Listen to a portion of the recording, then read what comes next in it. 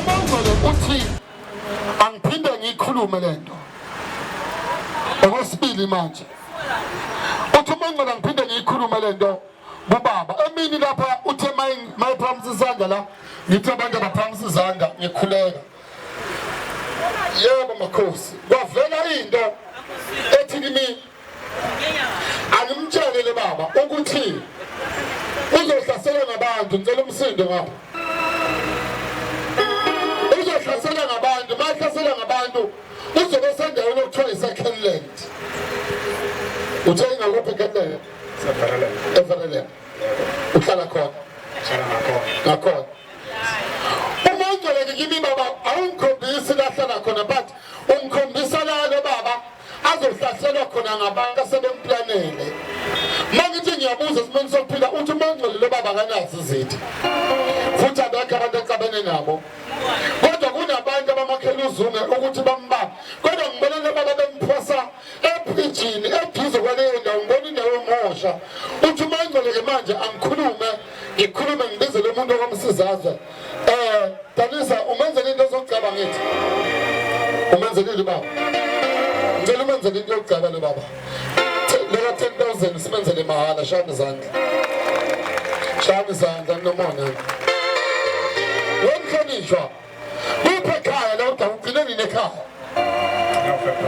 February yebo uphi mama usekhaya ubaba-ke siwashona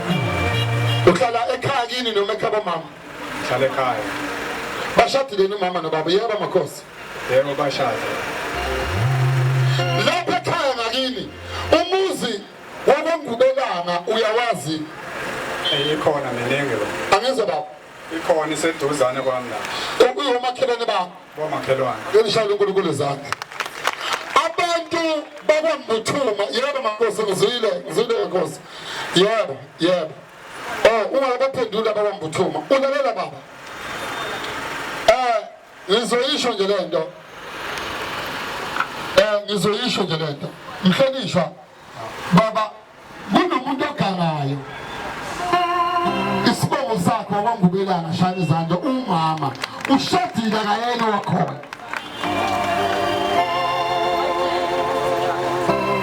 uthi umangcwele baba lena bamthakatha bamthumelela ngezizwe kumele ebusuku baba kuhamba kufike amaphupho afikayo kodwa ehlaselwa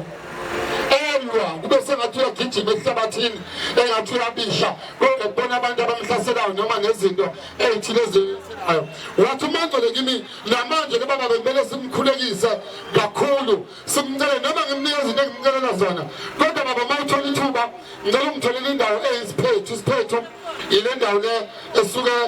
ivela amanzi nje phansi ebese ungitholela amanzi aqhamuka kodwa eganyini amile ebese ungitholela amanzi ahambayo ungilethele wona lapha ngikuphilele lento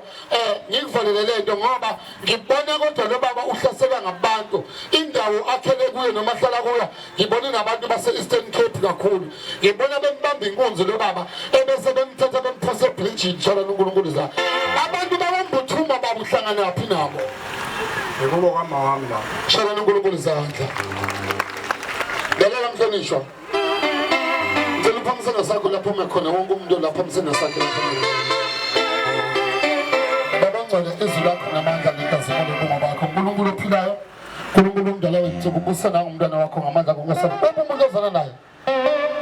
umfowethu ulapha engihlala khona umuntu othandana naye uphi ukuthi baningi dokotela bawuthi uma bengane ushanga isibalo sincane umuntu oclose naye ongathi uyasonda phakathi kwabo lokho nje njengamanje seduzane kwami ngikhumbula ukuthi yasonda lalela ngicela uma ngabe uzwana nabo uphila nabo ngicela ubatshele ukuthi makunethuba ngicela bafaste 2 days noma 3 days bangadli